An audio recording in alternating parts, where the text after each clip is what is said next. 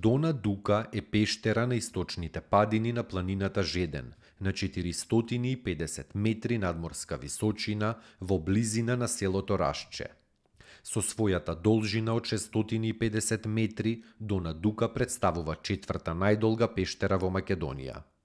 Изградена е во мермеризирани варовници со тријаска старост, геолошки период кој траел 50,6 милиони години. Отворот на пештерата е широк 3 метри, а висок 1 метар, од каде и започнува првата галерија на пештерата во која уште се надзира надворешната светлина. Со секторската студија заштита на природното наследство кој е составен дел на просторниот план на Македонија, пештерата се наоѓа и на предлог листата за споменици на природата. Според легендата, сето население од Рашче се сокрило во пештерата, бидејќи наидувала турска војска.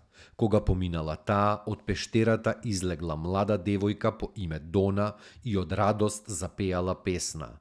Меѓутоа, имало и заостанати војници и кога ја чуле, дошле пред пештерата и сето население го погубиле.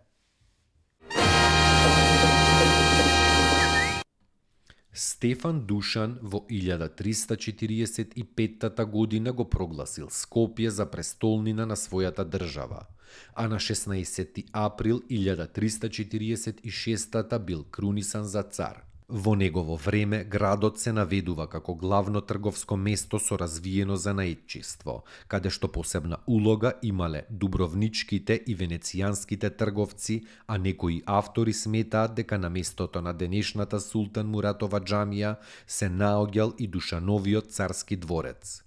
По смртта на Стефан Душан, градот бил под српска власт се до 1392 година, кога Вук Бранковиќ им го предал на отоманците, со што влегол во рамките на Отоманската империја.